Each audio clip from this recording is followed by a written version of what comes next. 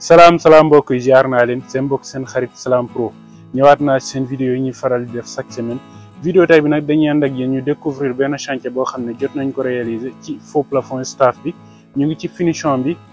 dafa am yenn yoo xamante ne dama ko bëgg a fàttali pour sama mbokk ouvrier yi ak sama mbokk clients yi looloo tax ñu ne nañ def vidéo bii nii pour won la rek ngeen mën a comprendre ndax dina jàppale ñu bëree bëri du dañ leen a ëpp xam-xam du dara mooy li ma wax saa su nekk voilà dañuy jéem rek saa su nekk pour képp koo xamante ne bëgg nga réussir bëgg nga atteindre say bépp objectif dinañ def le tout lépp lu ñu mën dinañ ko def ci liggéey bi incha allah pour ngeen mun ciy gis seen bopp bu soobee yàlla waa. su fekkee nouveau nga ci chaîne bi je t'invite nga abonné wu dès maintenant ndax fii la ñuy publier lépp lu jëm ci wàllum bâtiment di ko tàmbali ci faux plafond ba ci peintre ak électrique mooy finition chantier bi voilà sama gars yi topp leen ma woon leen fi ñu toll ci chantier bi nii.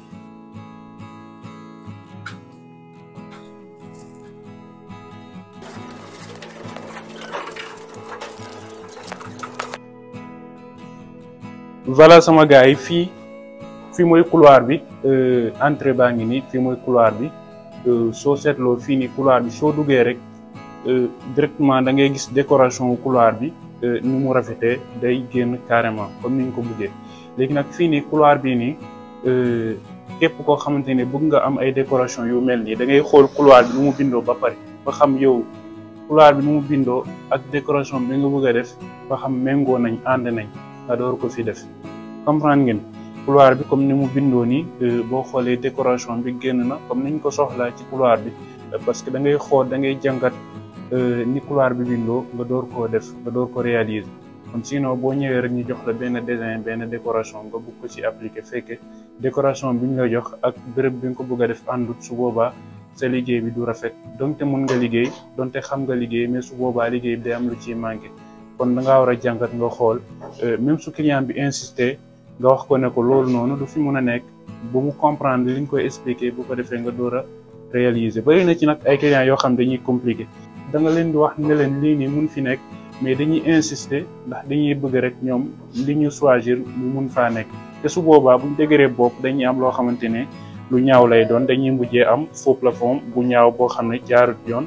boo xam ne rafetut ndax soo jëlee faux plafond boo xam ne dafa laaj hauteur wala dafa laaj espace bu yaatu wala dafa laaj longueur foo xamante ne dafa gudd te fi nga ko bëgg a def méngoowul ak loolu su boobaa boo ko fa defee du rafet fii nag couloir bi gis ngeen ànd na lool comme ni mu war a àndee léegi nag gis ngeen ne ñu ngi ci finition bi la plupart en tant que ouvrier boo liggéeyee chantier ba noppi ba desewu la dara lu dul génn ci chantier bi da ngay xool nga jàngataat nga xool lépp lu des ci finition muy fichir wala muy ay xar wala yooyu noonu da nga ko war a defaraat balaa ngaa génn ci chantier bi parce que da nga koy xeeb waaye finition la loolu moom moo yor bâtiment kon na ngeen ci bàyyi xel sama mbokk staffeur yi kaay la ma woon leen salon bi ma am tuuti explication bi ma ci def mooy salon bi.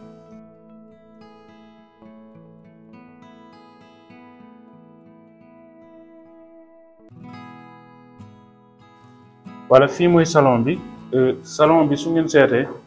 salon bi comme ni ñu ko liggéeyee nii dafa am rond ba pare dafa am ay baguettes yi ci nekk baguettes yi nii boo xoolee dafa am distance mooy côté longueur bi baguettes yi dafa am distance léegi baguettes yi nii pour nga mun ko fi def dafa am lu muy laaj dafa am benn expérience bu ndaw bu ma la bëgg a jàngal ci baguettes yi nii pour ngeen bàyyi ci xel bu baax pour sama mbokk staffeur yi ndax xam naa ñu bëree ñu ngi topp suñu ginnaaw lépp lu ñuy def intéressé na leen nañ koo bëgg a def topp suñu ginnaaw ngir ñu def ko léegi nag li ma leen ci bëgg a wax mooy baguettes yi képp ku ko bëgg a def conseil bi ma lay jox mooy saa booy def baguettes yi éviter nga koy monter ci moment bi mu tooyee maanaam nga fabriquer ko nga pare fabrication bi rek nga jël ko monter ko éviter loolu da ngay fabriquer baguette bi nga weer ko ci naaj bi nga bàyyi ko ba mu wow koŋ nga door ko teg kon sinon boo ko tegee rek day dëng parce que dafa am espace bu yaatu maanaam dafa am distance diggante rond bi ak élément bi dafa am distance bu bëri kon balaa ngay teg baguette bi da ngay bàyyi ba baguette bi wow nga door ko teg dinaa la jox benn misaal benn exemple comme salon bii nii kaay la ma woon leen salon bii nii déjà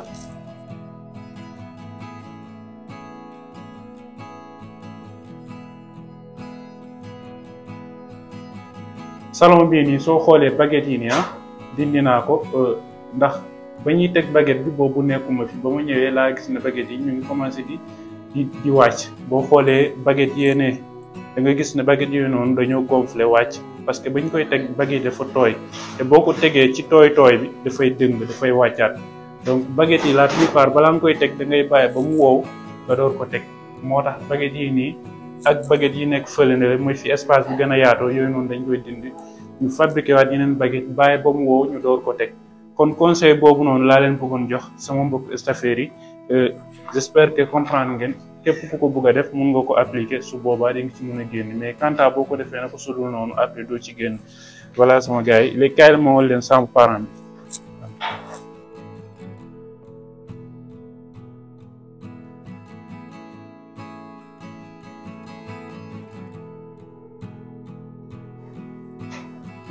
voilà sama gars yi fii mooy chambre parent bi gis ngeen décoration bi niñ ko décoré rafet na trop côté toilette bi fii nii boo xoolee baguette yi am na nuñ ko aligné baguette yi dañu ëppante am na boo xam ne dafa gàtt am boo xam ne moom moo ci topp am beneen boo xam ne dafa gudd kon nag baguette yi soo koy teg da ngay xool noo koy aligné loolu décoration la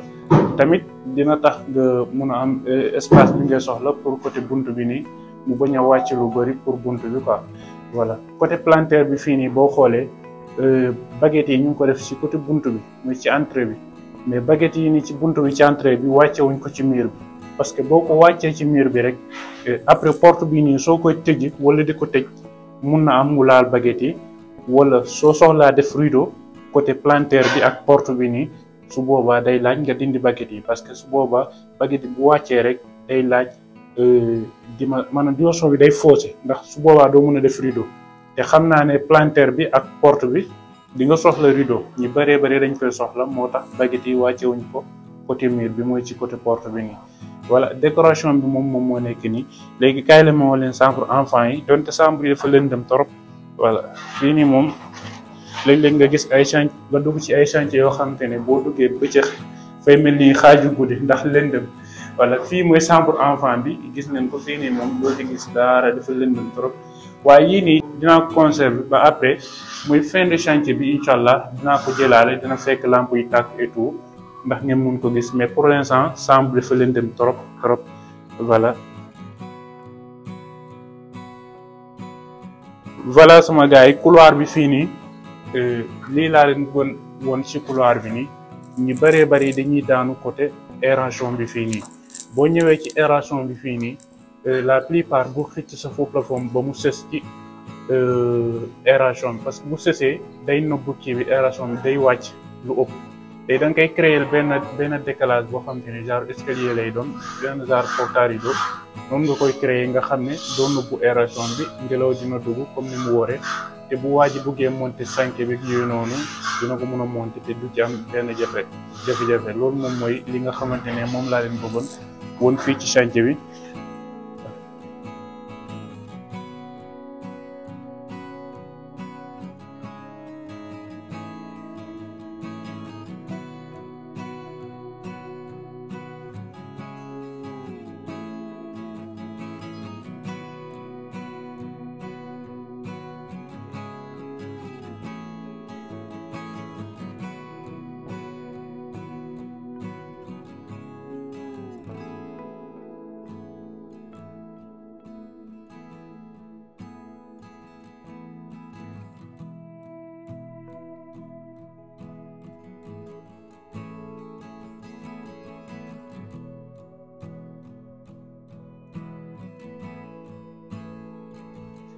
voilà sama gars yi lii moom moo ñu indi woon fii nii tey jii nii pour woon leen chantier bii nii defal leen benn jàngat bu ndaw am ci quelques conseils yi ma leen bëggoon woon lii moom moo ñu taxoon ñëw fii nii tey jii nii kon nag ñu ngi leen di jaajëfal ba prochaine vidéo incha allah jaa ngeen jëf.